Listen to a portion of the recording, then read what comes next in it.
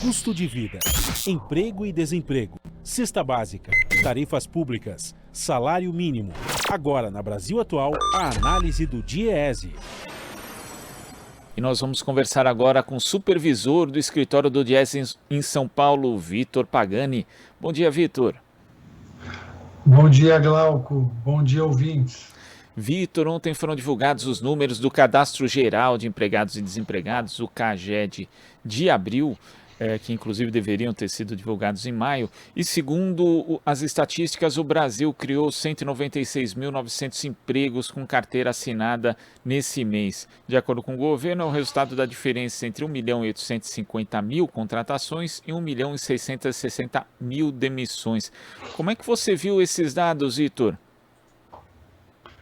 Glauco, é o quarto mês consecutivo no ano em que há um saldo positivo, né, o que é decorrência do avanço da vacinação, né, da retomada das atividades, sobretudo no setor de serviço, né, com o relaxamento das restrições sanitárias, né, devido à Covid.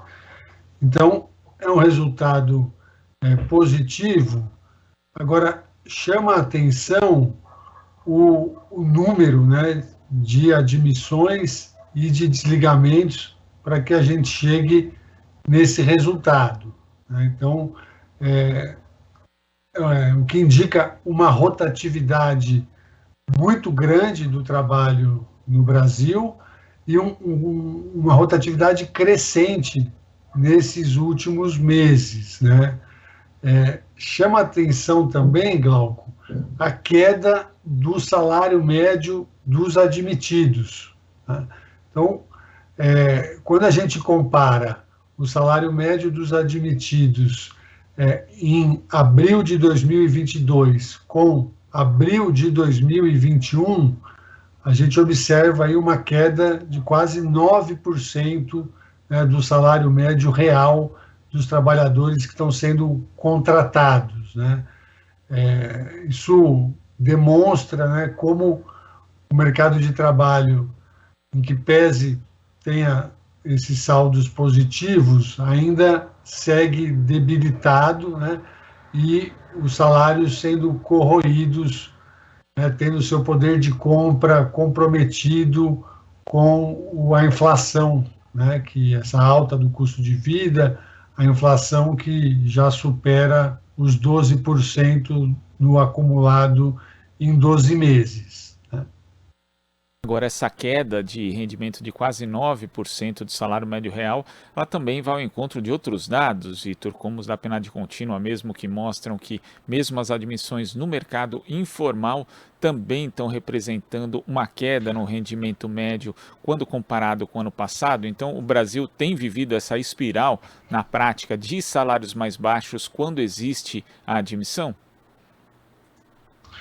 Exato, Glauco. A gente observa que o CAGED e a PNAD começam a convergir, né?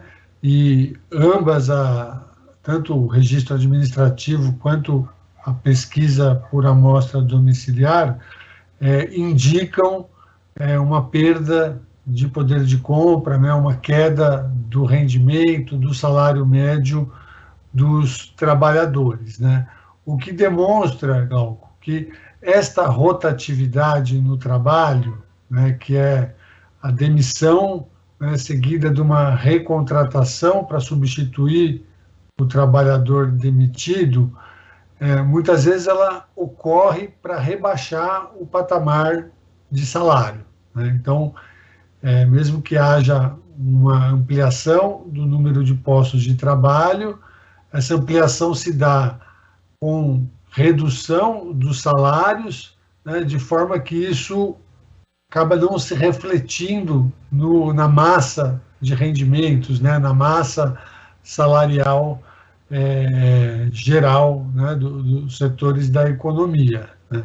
Então, o que a gente tem visto é que essa pequena retomada aí da economia, né, que foi observada nos dados do PIB do último trimestre, né, ali um crescimento ainda muito insuficiente de 1%, ela se dá, né, com base em salários cada vez menores, né? Então, nós temos uma retomada da rentabilidade, até um crescimento do lucro das empresas, porém, é um crescimento de lucro com base na redução do salário, com base no aumento da exploração do trabalho, né? O que é muito preocupante, porque isso, no médio e longo prazo, é insustentável, né? Porque a gente tem uma depressão do nosso mercado interno de consumo, e a gente sabe que mais de 2/3 do PIB brasileiro ele advém do consumo das famílias, né? Então, são indicadores que são positivos, né? Porém, não são consistentes, né? E não nos permitem um otimismo de médio e longo prazo. Agora, Vitor, os números desse CAGED de abril deviam ter sido divulgados no mês passado. De acordo com o governo, houve um atraso por conta da Dataprev, né, no repasse de informações em função da necessidade de realizar um novo processamento de dados, mas no governo Bolsonaro o CAGED inclusive mudou a sua metodologia, algo que foi bastante criticado por especialistas. Quão confiável é hoje o CAGED para retratar a realidade do mercado formal de trabalho, Vitor? Bem observado, Glauco. Houve essa mudança metodológica, né, ali a partir de janeiro de 2020. Então, houve uma alteração, sobretudo na forma de captação, né, das informações.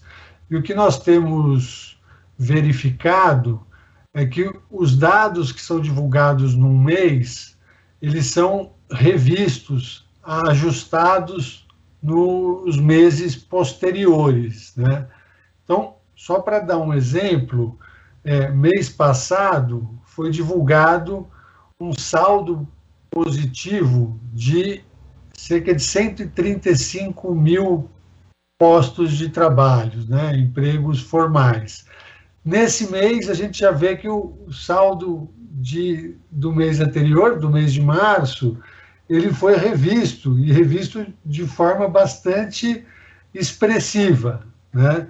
Então, a gente observa que esses ajustes, essas revisões, elas têm sido cada vez mais frequentes e têm sido feitas numa magnitude bastante representativa, né? O que faz com que nós temos que ter cautela na análise dessas informações, né? Então, esse saldo que a gente viu o governo divulgar ontem em relação ao mês de abril, né, que indica um crescimento em relação ao mês de março, ele pode ser revisto, né, no mês que vem. E aí a gente verificar que o resultado não era tão positivo quanto o governo anunciou. Então, o CAGED agora exige, né, que a gente tenha essa cautela, né, que a gente aguarde mais alguns meses para poder ter uma análise mais embasada, né, visto que a base de dados está em constante mudança, sofrendo ajustes, sofrendo revisões, né? Então, a gente tem que olhar mais para as tendências do que para a magnitude dos números. Vitor, muito obrigado pela sua participação aqui no Jornal Brasil Atual de hoje. Até a próxima. Até a próxima, Glauco. Muito obrigado. A gente que agradece. Conversamos aqui com o supervisor do escritório do Diese em São Paulo, Vitor Pagani. Você está ouvindo Jornal Brasil Atual. As notícias que os outros não dão.